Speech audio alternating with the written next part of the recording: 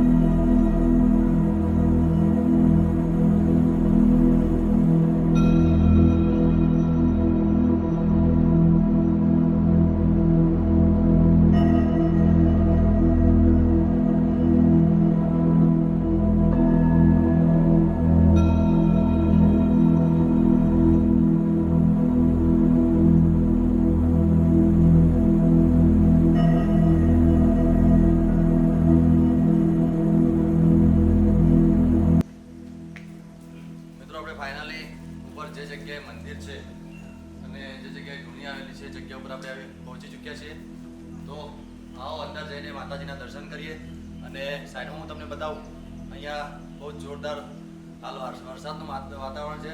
તો વાદળો બિલકુલ ડુંગરના નીચે દેખાય છે. બહુ જોરદાર લોકેશન છે, કુદરતી વાતાવરણ છે. કુદરતી વાતાવરણ વચ્ચે આપણે આજ આવી ચૂક્યા છીએ. આ વરસાદનો માહોલ અને આવી અલૌકિક જગ્યાના દર્શન કરવા માટે. તો આવો આપણે સૌ સાથે મળીને માતાજીના દર્શન કરીએ અને આપણા જીવનને ધન્ય કરીએ.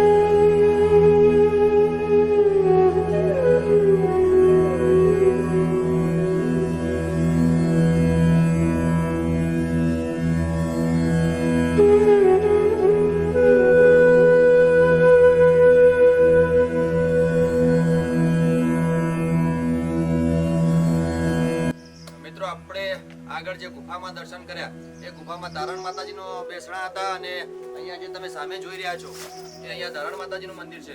લોકવાયકા મુજબ એવું કહેવાય છે કે આ જે તારણ અને ધારણ જે બે દેવીઓ હતી તે બે બહેનો હતી. અને બીજી વાત કરીએ તો અહીંયા બહુ જ લોકો દર્શનાર્થે અને કુદરતી સૌંદર્ય નિહાળવા માટે આવતા હોય છે. તો તમે પણ અચૂકથી અવારનવાર અહીંયાથી નીકળો ત્યારે ધારણ માતાજીના દર્શન કરવા અને કુદરતી સૌંદર્ય નિહાળવા માટે અવશ્યથી પધારજો એ અમારી નમ્ર વિનંતી છે. મિત્રો અહીંયા લોકવાયકા મુજબ એવું કહેવાય છે કે અહીંયા જે લોકો આવે છે એ તમે આ જોઈ રહ્યા છો એને અમારી દેશી ભાષામાં હાતિલિયા કહેવામાં આવે છે. જો આવી રીતે હાતિલિયા કરવામાં આવે તો લોકોની જે મનોકામના હોય છે એ પૂર્ણ થતી હોય છે. તો આવો આપણે પણ આજે એ વસ્તુ કરીશું. તો આ રીતે લોકો કરતા હોય છે. આ 1 આ 2 આ 3 4 5 6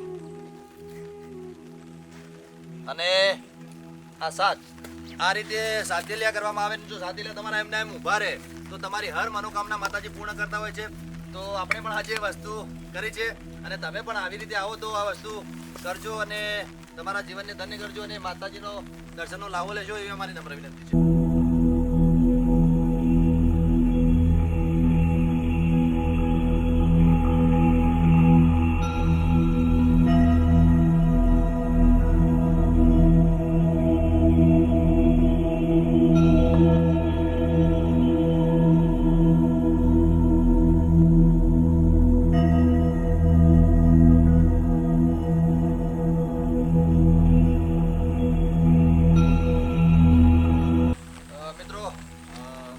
મારી બાજુમાં જે જોઈ રહ્યા છો એ બહુ જ પૌરાણિક અને બહુ જૂની વાવ છે.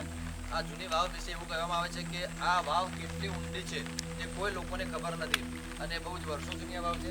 વાવના બગાચા પણ તમે જોઈ રહ્યા છો અને વાવની અંદર હાલ વરસાદનો બહુ જ જોરદાર માહોલ છે. અહીંયા તો વરસાદના કારણે વાવ પૂરેપૂરી ભરાઈ ચૂકી છે. તો આપણે અંદરનો નજારો જોઈ શકીએ તેમ નથી પણ વાવની અંદર એક નાની નાની માછલીઓ પણ આપણે બહુ જ છે. અને બીજી વાત કરીએ તો અહીંયા બહુ જ જોરદાર માહોલ છે અહીંયા હાલ વરસાદનો અને આજુબાજુનું લોકેશન બહુ ગજબનું દેખાઈ રહ્યું છે. તો તમે પણ અચૂકથી અહીંયા આ જગ્યાની મુલાકાત લેશો. અને બીજી વાત કરું તો અહીંયા સરકારશ્રી તરફથી બહુ જોરદાર સુવિધા ઊભી કરવામાં આવે છે. આવી છે અહીંયા લાઇટો છે, પાણીની વ્યવસ્થા છે અને ઉપર ચડવા માટે પગથિયાઓ પણ સારા કરેલા છે.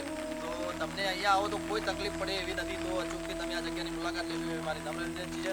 અને અમારી ચેનલમાં જે તમે વિડીયો જોઈ રહ્યા છો એ વિડીયો તમને ગમે અને અમારું કામ ગમતું હોય તો અમારી ચેનલને લાઇક, શેર અને સબસ્ક્રાઈબ કરશો એવી અમારી નમ્ર વિનંતી છે. જય માતાજી.